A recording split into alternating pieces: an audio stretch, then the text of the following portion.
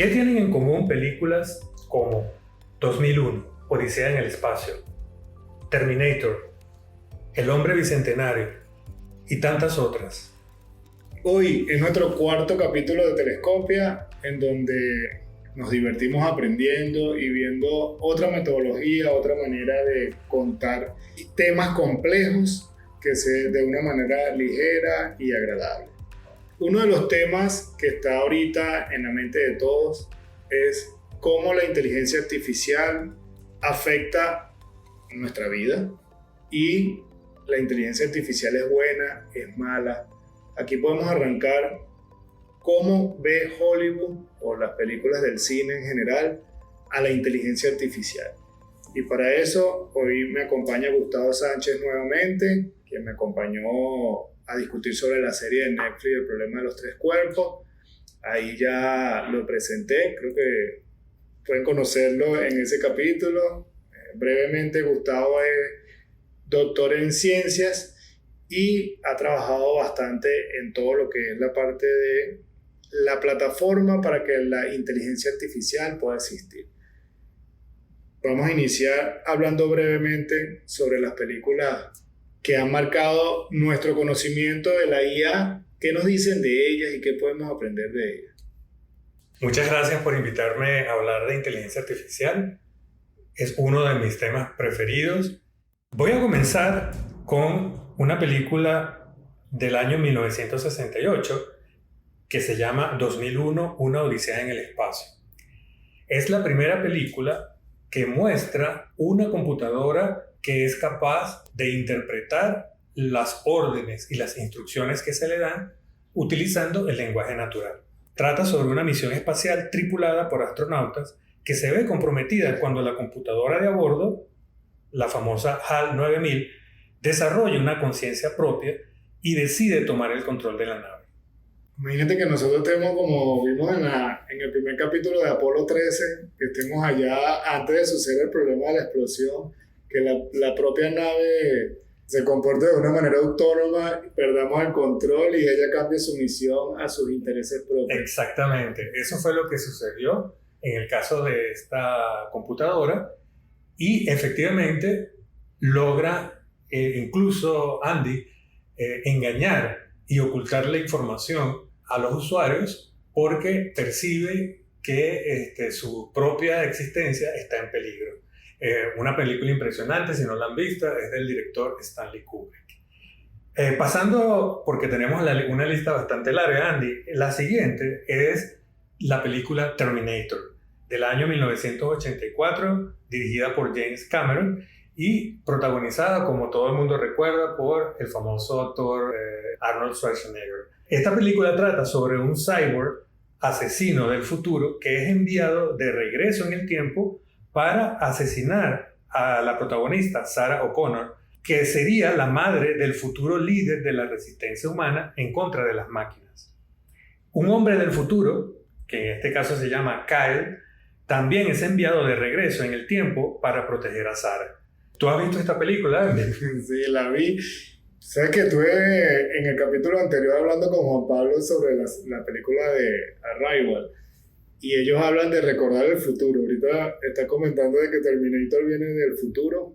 Sí, la película de Terminator, Andy, es una de las películas que más está en la mente de la gente cuando uno se imagina las amenazas que puede significar un robot que tenga como misión asesinar a otras personas. Precisamente para impedir que este tipo de cosas puedan suceder, una de las principales leyes de la robótica, o de hecho la principal ley de la robótica, se plantea, o tal como fue formulada por Asimov en varios de sus libros, es que un robot no puede hacerle daño a un ser humano, ¿no? Eso es algo que se tiene que conocer, y yo creo que es bueno que todos sepamos que las personas que diseñan robots tienen que estar conscientes, obviamente, si son de aplicaciones civiles, la principal regla es que la inteligencia artificial no puede hacerle daño a un ser humano. Mientras contabas eso, me estaba imaginando todas las guerras que están sucediendo ahorita, en donde la robótica, la inteligencia artificial, los drones han sido indispensables. Esas aplicaciones militares pues están normadas y tienen que estar también reguladas. Y bueno, pasando a la siguiente película, que es Matrix. No sé si tú la llegaste a ver, Andy, dirigida por hoy en día las hermanas Wachowski y protagonizada por Keanu Reeves. Esta película se trata de un hacker informático que descubre que el mundo que él conoce es una realidad simulada creada por máquinas que utilizan a los humanos como fuente de energía. Este hacker, que es Keanu Reeves, se une a un grupo de rebeldes para luchar en contra de las máquinas y liberar la humanidad. Por supuesto que la vi, bastante interesante. Hay varias series. De hecho, vi la última versión, también estuvo interesante, donde él desarrolla juegos. Es como ir hacia atrás de donde nació el tema de la Matrix y cómo lo capturaron a él para formar parte. Y lo interesante también de esta película es que ellos, los seres humanos, están conectados permanentemente a la Matrix a través de un sistema de electrodos y de cables y de tubos. Y de esa manera ellos se mantienen, digamos, alimentados, porque finalmente el argumento principal de la serie es que los seres humanos son utilizados como fuente de energía. Y bueno, los agentes que están presentes dentro de la Matrix, dentro de esta Matrix, son también formas de inteligencia artificial que de alguna manera también logran tener su propia conciencia y su propia agenda dentro de la película. La siguiente película es la primera, Andy, que desde mi punto de vista aborda el tema de la inteligencia artificial desde una perspectiva más positiva. El hombre bicentenario fue protagonizada por Robin Williams y se trata de Andrew, el cual es un robot programado para servir como mayordomo. Este robot anhela convertirse en un ser humano y a lo largo de 200 años experimenta distintas emociones, el amor, la pérdida de sus compañeros y de su familia, la alegría, etc. Y lo más importante es que él lucha para que al final pueda ser reconocido como un ser humano. Esta película la vi también de niño, era una de mis favoritas. Aquí, una pregunta al aire: ¿las máquinas son capaces de tener sentimientos, de pensar? Todavía no lo vamos a trabajar, vamos a trabajarlo un poquito más adelante cuando hablemos del lenguaje. Correcto. Es interesante, en esta película es la primera en donde se plantea que hacer una máquina tan pero tan parecida a un ser humano que incluso tenga sus propios órganos tales como para alimentarse, para respirar, todo es casi que todo exactamente como lo pudiera tener un ser humano, incluyendo pues, como ya lo vimos, las funciones para tener los 5 sentidos y poder, tal como nosotros lo hacemos, disfrutar de las bebidas, de la comida, etc. La siguiente película, Andy, es Inteligencia Artificial. Esta fue dirigida por Steven Spielberg y se trata de un niño robot programado para ser amoroso. Es un niño que es abandonado por sus padres humanos y se embarca en un viaje para encontrar un lugar en el mundo. No sé si viste o recuerdas esta película. Sí, la vi, también era una de mis películas favoritas, la vi varias veces. Y aquí vemos el caso contrario. En todas las películas vemos cómo maltratan a los humanos la inteligencia artificial y acá vemos cómo los humanos maltratamos a la inteligencia artificial. Correcto, es una película en donde el niño es sometido pues, a un sufrimiento enorme porque tiene como misión poder conseguirse y encontrarse nuevamente con su mamá. Y creo que eso pues, es una cosa que nos toca muy profundamente a todos. Sí. Hay una película que es de boxeo, no recuerdo el nombre, en donde hay robots boxeando. También es una de mis favoritas, no está acá nombrada, pero veo que creamos de esta máquina artificial para hacer espectáculos y fue lo que pasa con el niño, ¿no? Sí, yo recuerdo la que tú mencionas, es donde el niño se establece una amistad con el robot. En su primera pelea profesional, el novato salido de la nada, Atom.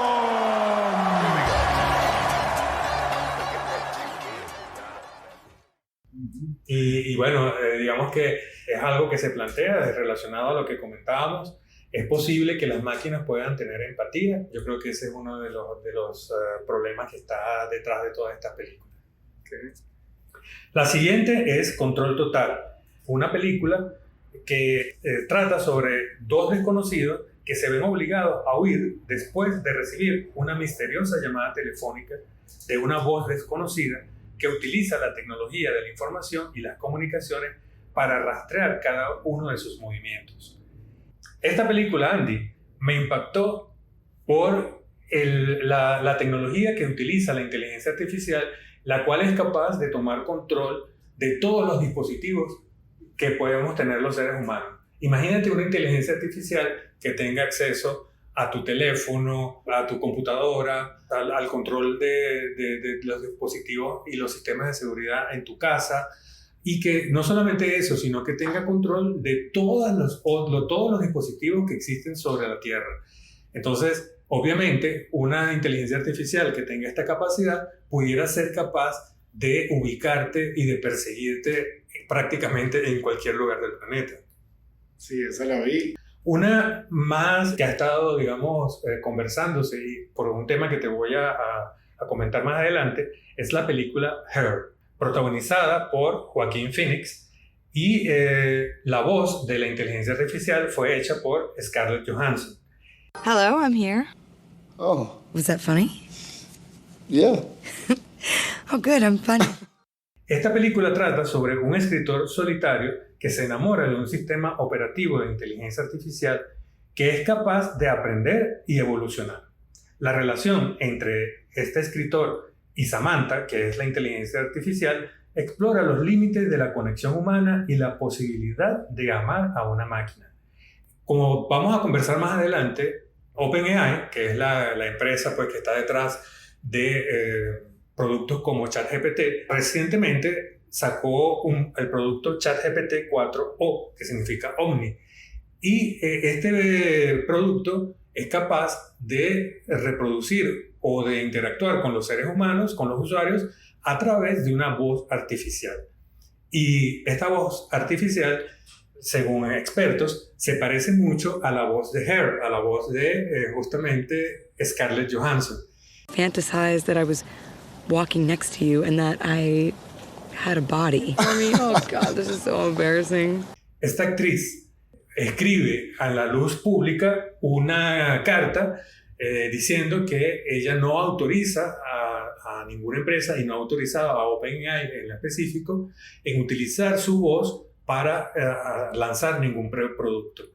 Ante esta situación, OpenAI frenó esta modalidad de voz en sus productos de inteligencia artificial, pero sin embargo el CEO de OpenAI, Sam Altman, afirma que ellos habían contratado a la actriz que sirvió para el entrenamiento de esta voz antes de proponerle a Scarlett Johansson de utilizar la voz de esta actriz para el producto. Bueno, la última película que te tengo acá es Ex Machina. Esta película se trata de un programador informático que gana un concurso para visitar la sede aislada de un multimillonario tecnológico, en donde se le da la tarea de evaluar la capacidad de conciencia de una inteligencia artificial. Esta película, Andy, también está muy relacionada con las que hemos mencionado anteriormente, porque a través de la interacción que tiene el programador con la inteligencia artificial, en este caso es un robot, se establece una relación prácticamente sentimental entre ellos. Luego, al final de la película, vemos que esto puede ser peligroso, sobre todo si la inteligencia artificial tiene una agenda que puede ser, digamos, propia o manipulada por otras personas. Entonces, al final de todas estas películas, pues, creo que nos podemos hacer una idea de cómo ha sido el abordaje o la percepción que tienen las películas de Hollywood de los problemas de inteligencia artificial. Sí, si hacemos un resumen de todas las películas, vemos que la inteligencia artificial en general, vista desde Hollywood o desde las películas, es mala. O sea, si nosotros interpretamos, hay otras que no mencionas allí, por ejemplo, una que se llama Madre, que creo que es una serie, la vi en Netflix, donde un robot por proteger a alguien es capaz de asesinar, es capaz de romper esa regla de no dañar a seres los humanos. Entonces, es la percepción que tenemos de la inteligencia artificial hasta ahora. Y mi pregunta, ¿es realmente la inteligencia artificial una amenaza para los humanos? Porque obviamente nosotros tenemos que asegurarnos de que todos los productos que se puedan poner a la disposición del público sean completamente seguros. De mi parte, vemos que tenemos un grupo bastante amplio, psicólogos, filósofos, doctores en ciencia, ingenieros de procesos, y nos hemos dado la oportunidad de tener esta discusión bastante frecuente en la oficina, mientras almorzamos. Yo pienso que el cine en general le ha dado esta visión a la inteligencia artificial porque es lo que vende. Así como comentaba Juan Pablo en el capítulo anterior, en donde las películas de ciencia ficción, a pesar de que no han ganado un Oscar, es lo que más la gente consume. Nosotros necesitamos una trama que nos atrape, que nos dé miedo, que nos dé suspenso. Correcto. Y eso es lo que hace que estos productores generen esa necesidad de que una máquina es capaz de matarte, es capaz de perseguirte, eres capaz de enamorarte. Porque genera esa tensión. Exacto. Por ahí viene esta tendencia de que el cine haga este tipo de tramas. Sin embargo, cuando lo llevamos a la realidad, tenemos otro riesgo. Y uno de los riesgos es riesgos éticos, en donde ya vemos personas haciendo su trabajo, sus tesis de grado a través de metodologías de inteligencia artificial. Manuel, como comenté en su capítulo, él es profesor en la Universidad en Quebec, y también fue profesor en la Universidad de Toronto, y ha visto cómo los estudiantes cada vez más utilizan esta herramienta, pero de mala manera, porque si estamos interpretando algo en donde tenemos que adquirir habilidades, estamos desaprovechando ese espacio utilizando atajos. Claro. Pero fíjate una cosa, Andy, antes de que vayamos a ese, que es un tema súper actual, a mí me gustaría hablar un poco sobre los verdaderos antecedentes de la revolución tecnológica que estamos presenciando hoy en día en cuanto a inteligencia artificial. Fíjate tú, el artículo Attention is all you need, que en español se traduce como la atención es lo único que necesitas. Ese artículo fue publicado en el año 2017 por un grupo de investigadores de Google. Siempre, desde hace varias décadas, han sido uno de los más activos en el desarrollo de productos y de sistemas de inteligencia artificial. Este grupo, que estaba originalmente en Google, yo creo que pues es bueno recordar, digamos, dentro del mismo grupo no había como mucho consenso sobre cómo hacer el desarrollo de cierto tipo de productos, pero lo cierto del caso es que un grupo de estos científicos se separa y crean esta nueva empresa que comenzó como una organización sin fines de lucro que se llama OpenAI. Entonces, hoy en día, pues todos hemos escuchado hablar sobre OpenAI porque justamente fueron quienes hace un poco más de un año, lanzaron ChatGPT 3.5, que fue precisamente el primer modelo de lenguaje con el cual el público pudo tener, digamos, la evidencia del avance de los sistemas de inteligencia artificial en la actualidad. Yo creo que es un trabajo colaborativo en donde se van combinando factores. Yo lo comenté también antes que cuando estábamos acá inventando 2015, 2017, nosotros tratábamos de generar soluciones y la tecnología no nos acompañaba. A pesar de que nosotros cada vez hacemos microprocesadores cada vez más pequeños que le dan mayor capacidad de cómputo, podemos generar servidores cada vez más potentes, que esa capacidad de cómputo genera mayores interacciones por segundo y es lo que te permite resolver este problema de la comprensión del lenguaje natural. Coincido contigo, hubo un primer hecho importante en donde la investigación en estructuras y en algoritmos avanzó hasta un punto en donde se pudo optimizar y diseñar una arquitectura que verdaderamente fuera eficiente para reproducir y predecir las características del lenguaje natural. Eso fue por una parte. Y por la otra parte, como tú dices, nuevos dispositivos hardware fueron puestos a la disposición de todas estas empresas que hacen que lo que anteriormente tardaba días o semanas, hoy en día tarde un par de minutos. Toda esa conjunción de elementos hace que estemos hoy en día y tengamos pues, los modelos de inteligencia generativa, de generación de imágenes, de audio, etcétera, que tenemos hoy en día. No solamente ahora la capacidad de procesamiento, sino también la capacidad de telecomunicaciones. He visto cómo se está adaptando la red para que podamos adquirir mayor cantidad de datos de manera más rápida, más precisa, porque ahora estamos viendo el poder de los datos. Los datos siempre han sido importantes, solo que no teníamos la capacidad de interpretarlos todos.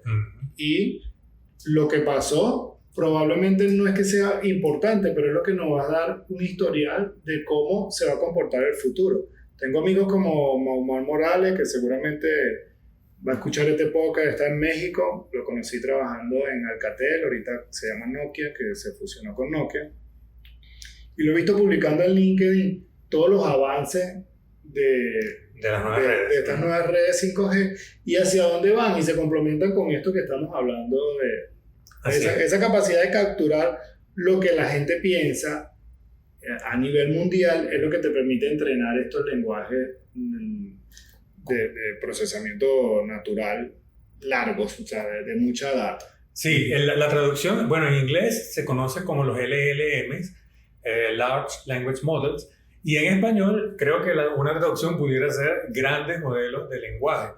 Pero bueno, también la gente en español le decimos también LLMs.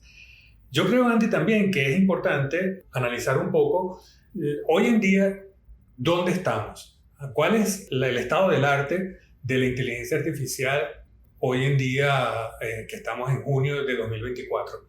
Déjame decirte, Andy, que el estado del arte cambia cada semana. Sí, lo hemos visto. Sí, hemos visto que cada semana se lanzan productos y hay una competencia pues allí entre las grandes compañías, tales como, ya lo mencionamos, OpenAI, Google, pero también otros actores que están surgiendo. Por ejemplo, hay también una empresa que se conoce que es los creadores de Claude, que es Anthropic, que se puede decir que surge también de otro grupo que se separa de OpenAI.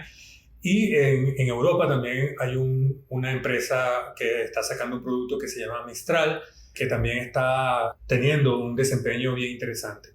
En la actualidad estamos en un punto en donde la inteligencia artificial no solamente es capaz de comprender y de generar texto, ¿okay? De procesar información en forma de texto, sino que también es capaz de procesar y generar audio, música, videos, imágenes, y de una forma en que yo creo que en comparación a la tecnología que teníamos hace un año o hace 2 años, pues hoy en día es verdaderamente impresionante. Obviamente no es perfecta.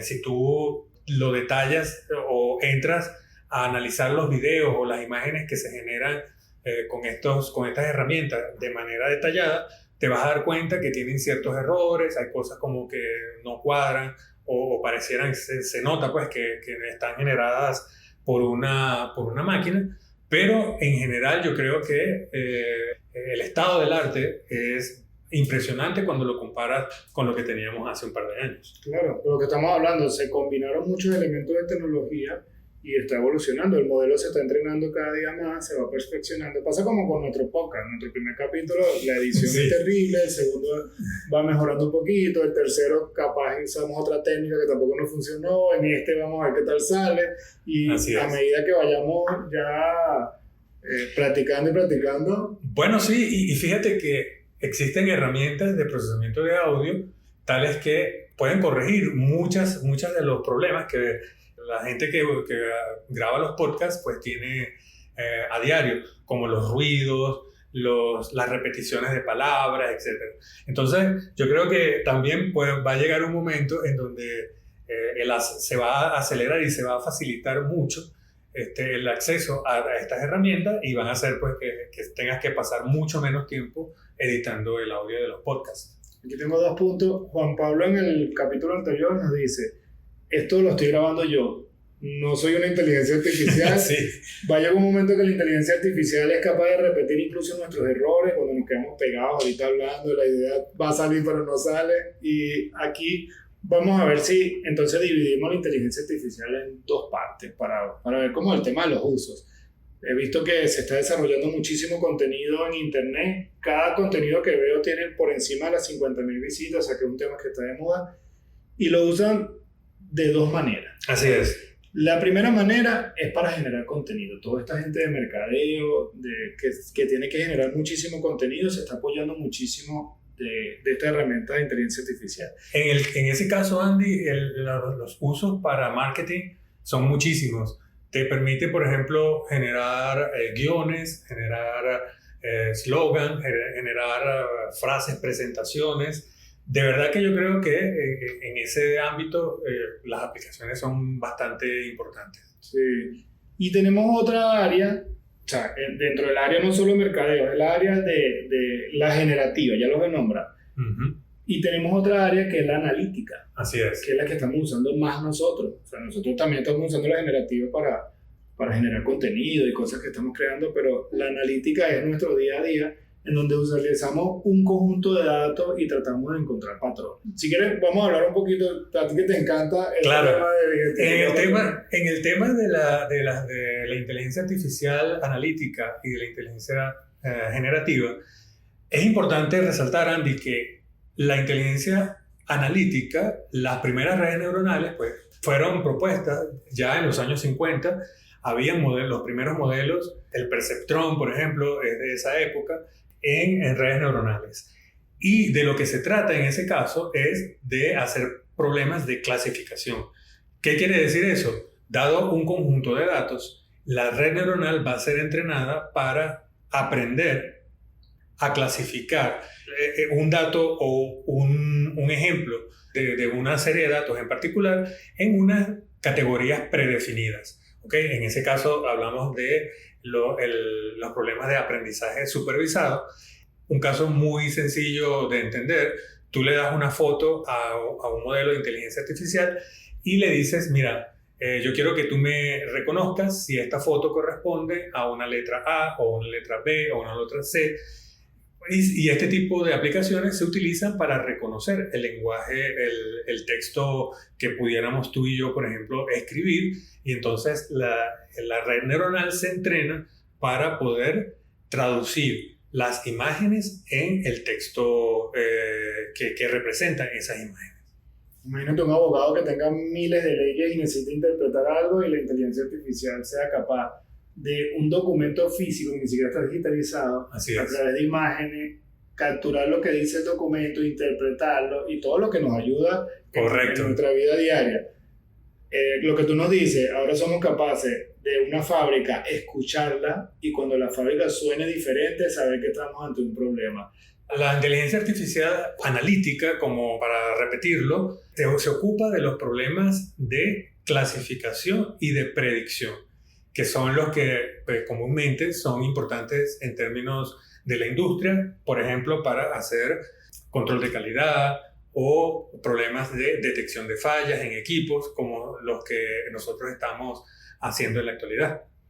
A mí me gustó mucho una analogía que tú hiciste en donde dice, mira, tienes un conjunto de datos, los analizas a través del aprendizaje automático, extrapolas un patrón y generas un resultado. Correcto. Quiere decir, tienes un montón de datos, por ejemplo, de temperatura, ves que tiene una temperatura constante, hubo un momento que la gráfica varió, que hubo un pico, y entonces tú dices, mira, que estamos en presencia de un patrón normal. De un patrón anormal y de un resultado.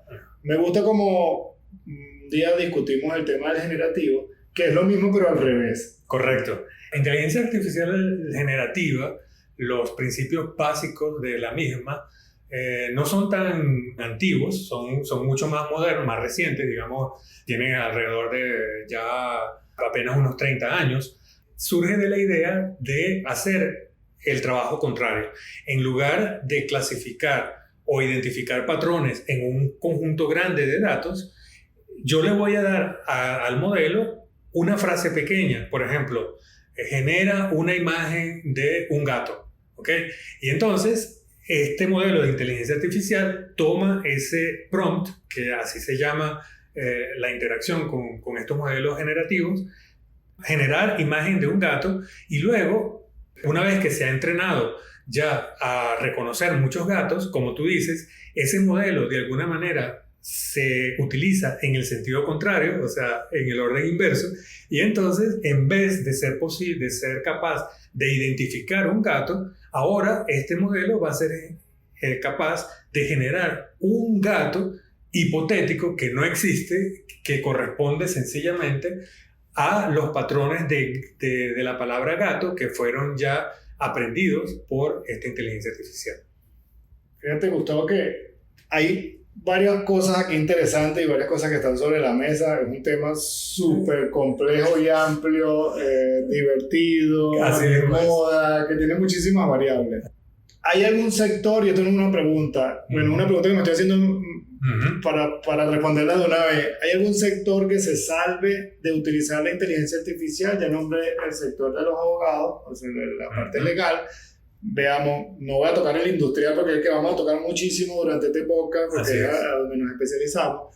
Vamos al sector médico. Ya viste que con esa inteligencia artificial analítica somos capaces de procesar, por ejemplo, un montón de placas, radiografía para determinar si una persona tiene cáncer, tiene pulmonía, tiene algo. Entonces, el médico va a ser más eficiente, puede de repente tomarse más tiempo contigo para aconsejarte cómo va a ser el tratamiento, porque es indispensable. Entonces, la inteligencia artificial es algo que está allí, que va a afectar todos los sectores. Yo creo, Andy, que ya lo hemos planificado un capítulo que vamos a hacer del podcast, en el cual vamos a ir en profundidad analizando el impacto que puede tener la inteligencia artificial en distintos sectores. Pero si tú me preguntas así, si existe algún tipo de profesión o de oficio que no va a ser para nada afectado por las herramientas de inteligencia artificial, pues yo creo que los que menos van a ser afectados, por decirlo de alguna forma, por inteligencia artificial, son justamente aquellas profesiones que tienen que ver con un conocimiento profundo de lo que es ser un ser humano.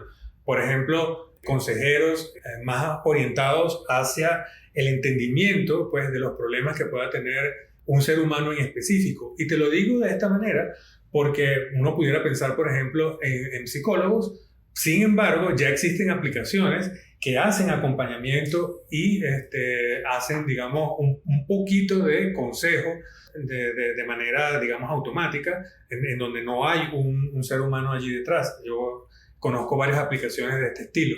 ¿Y por qué las máquinas no pueden tener ese profundo conocimiento de lo que es ser humano? Pues sencillamente porque hay muchas cosas que tienen que ver con ser humano que no están codificadas en ningún libro, en ninguna fuente, y que tienen que ver sencillamente con cómo nosotros sentimos, cómo nosotros vemos el mundo, ¿no? Claro, si nosotros mismos no lo entendemos, hay muchas cosas que no nos podemos explicar. Es bastante difícil replicarlo en la inteligencia artificial. Es bastante válido, incluso a nuestros amigos psicólogos, debe ser la inteligencia artificial una herramienta para replicar el caso del médico, entender patrones de conducta y nosotros poder ir a profundidad a ver, no solo detectar esos patrones, sino a ver una manera más rápida de solucionar un problema. La inteligencia artificial, entonces, como resumen, es indispensable porque forma parte de la dinámica global y tenemos que estar preparados para, entre conocimiento, por eso esta primera temporada es introductoria para comenzar. Sí, es una amenaza como se ve en las películas, es decir, existe el riesgo de que en un futuro las máquinas, las computadoras tomen control de todos los sistemas del mundo y entonces procedan a exterminar a los seres humanos sobre la Tierra.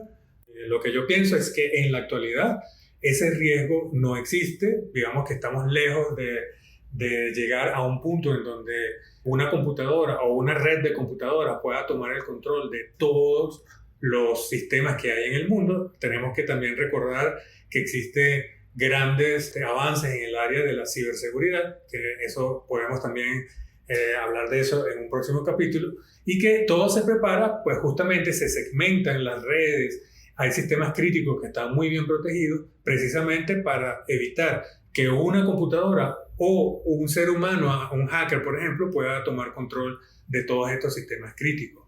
En el futuro, pues tal vez la situación cambie. Yo creo que es un debate que está abierto y en el cual pues estamos abiertos a recibir comentarios de las personas que nos escuchan, por ejemplo. Exacto, las críticas, no solo comentarios buenos, también los malos nos ayudan a crecer. Yo creo que la inteligencia artificial nos está superando ahorita porque tiene más patrones de evaluación de manera más rápida. Nosotros tenemos muchos sesgos, tenemos sesgos emocionales, vamos a una fábrica, como lo he hablado antes, vamos a una fábrica a trabajar y de repente ese día tenemos un problema con nuestro compañero de trabajo, no rendimos igual. La inteligencia artificial en este caso no tiene esos sentimientos, no tiene miedo, no tiene cansancio, no tiene el miedo de perder el trabajo y tiene la capacidad de interpretar más patrones de manera más rápida. De más rápido ni más piezas para tener un contexto más general. Nosotros tomamos mejores decisiones cuando conocemos toda la información de manera general. Y cuando se digiere, cuando se simplifica. Exactamente. Y esa capacidad de síntesis, por supuesto que la va a hacer más rápido que nosotros. Entonces, creo que la inteligencia artificial va a ser una herramienta indispensable y vamos a ir cerrando con una idea que nos gusta siempre llevar esto a nuestro entorno. Vamos a un entorno productivo, a una fábrica en donde yo sé que Gustavo es capaz de hacerlo, por eso le voy a hacer la pregunta. Yo en casa tengo Alexa, dime qué hora es, ponme esta música, gradúame la temperatura del aire a tal, ponme la alarma por la mañana, estoy cocinando y préndeme tal cosa, que tengo en la nevera, incluso ya estamos llegando a esas cosas. Vamos hacia nuestro negocio, vamos a trasladar a Alexa, vamos a llamarlo a Beatriz no está por ahí sentada, Beatriz estaba con nosotros. Supongamos que tenemos un Alexa ahora que se llama Beatriz y está en una fábrica. Sí. Yo sería capaz de preguntarle, Beatriz, cuéntame cómo ha sido la producción de hoy, cuéntame qué variables son relevantes, qué problemas tenemos, qué pasó con aquella máquina. ¿Es posible hoy contigo, con nuestro equipo, generar eso? La respuesta, Andy, es sí. Hoy en día tenemos la tecnología necesaria para lograr que una inteligencia artificial tal como, por ejemplo, Alexa, pueda replicarse a nivel industrial y nos pueda dar orientación. Imagínate en la mañana llegar e interactuar con esta inteligencia artificial y preguntarle, bueno, ¿cómo está la producción? ¿Cómo están las máquinas? ¿Cuál es la agenda para hoy? ¿Cuáles son las cosas a las cuales tenemos que poner más atención? ¿Qué actividades son críticas? Y hacer todo, pues, toda esa, lo mismo que con el mismo tipo de actividades que son posibles hacer con Alexa hoy en día.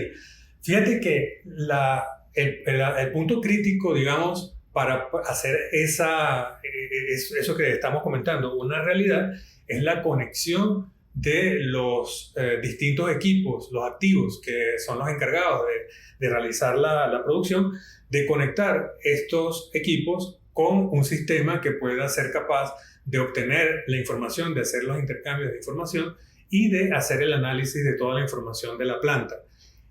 Afortunadamente, pues sabemos que cada día surgen nuevas formas de hacer que la conexión de estos equipos sea mucho más fácil, mucho más económica, mucho más rentable. Y también hay que considerar que los nuevos equipos pues ya van a venir con estas funciones de conectividad de manera pues ya preprogramada una vez de fábrica. Gustavo, si ustedes vieran cómo le brillan los ojos a Gustavo cuando está resolviendo problemas, ya entienden por qué disfrutamos hacer estos podcasts. Gustavo, me respondiste a medias porque correcto. Me dijiste si somos capaces, pregunta que no tenía duda. Tenemos primero que medir. Hay equipos que ya van a venir, algunos ya vienen, otros están viniendo ya capaces de capturar ellos mismos la data, procesarla, etc. ¿Cómo llegamos a esa parte de LLM en la fábrica? Ajá. Entonces empieza la parte de la programación o del entrenamiento de los sistemas de inteligencia artificial que van a ser los responsables de procesar y de aprender patrones en todos estos datos.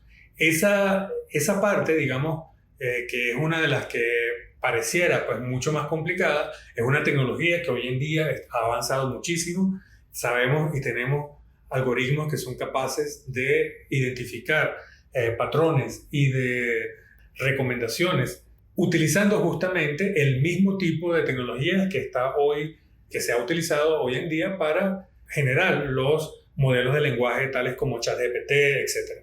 Estos volúmenes de datos pueden ser utilizados para entrenar a estos agentes de inteligencia artificial que ahora no trabajarían sobre texto, tales como los que conocemos con el ChatGPT, sino que se entrenan para trabajar sobre datos, sobre series temporales, que es lo que se maneja principalmente en la industria.